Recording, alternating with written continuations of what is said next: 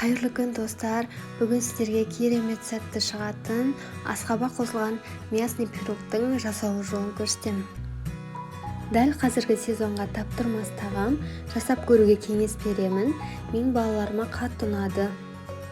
Керекті қоспалардың барлығын астына описанияға қалдырып кетемін.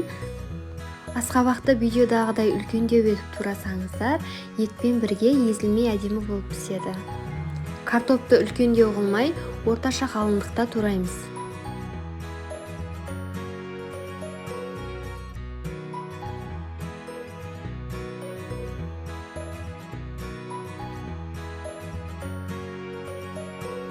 Пиязды да осылай орташа қалыңдықта турасаңыздар болады. Ал егер де пияз ұнамаса, майда етіп тураңыздар.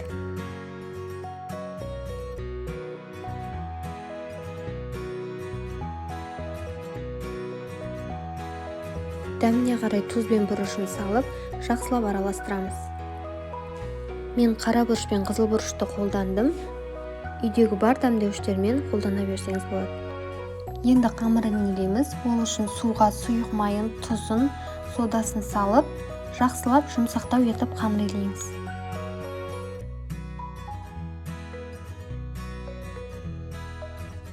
Мен осылай илеп болған соң, жарты сағатқа пакетке салып тындыруға қойып қойдым.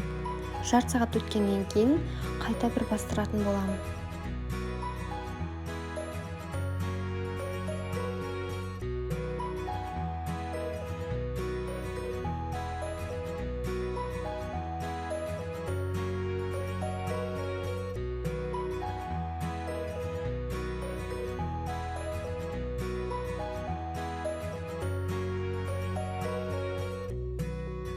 Міне қамырымыз дайын болды. Енді бұны екіге бөлеміз. Біреуін үлкендеу, біреуін кішілеу етіп.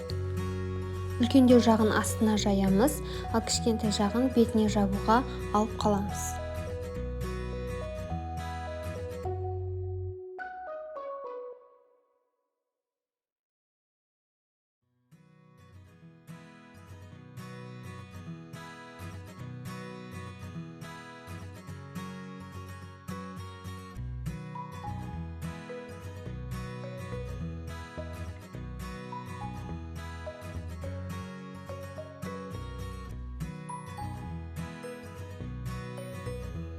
Ал қамырды жайып болдым, енді формамызға орналастырамыз.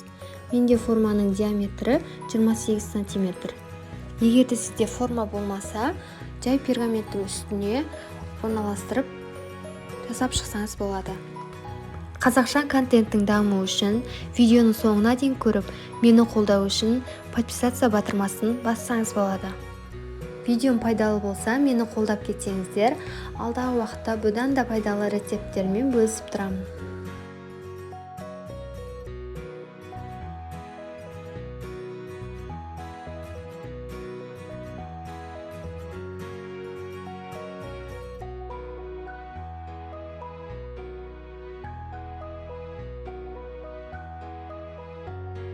Бетін жауып болған соң, жан-жағын осылай шымшып, түйіп шығу керек, ашылып кетпес үшін.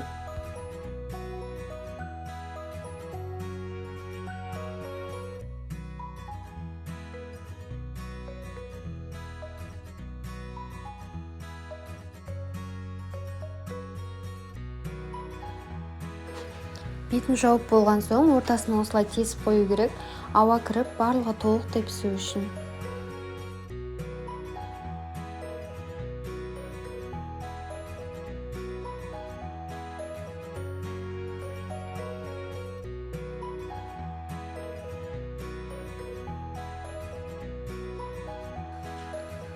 Бетіне жұмыртқа жағып шығамыз. Сұрақтарыңыз болса, комментария бөліміне қалдырсаңыздар болады.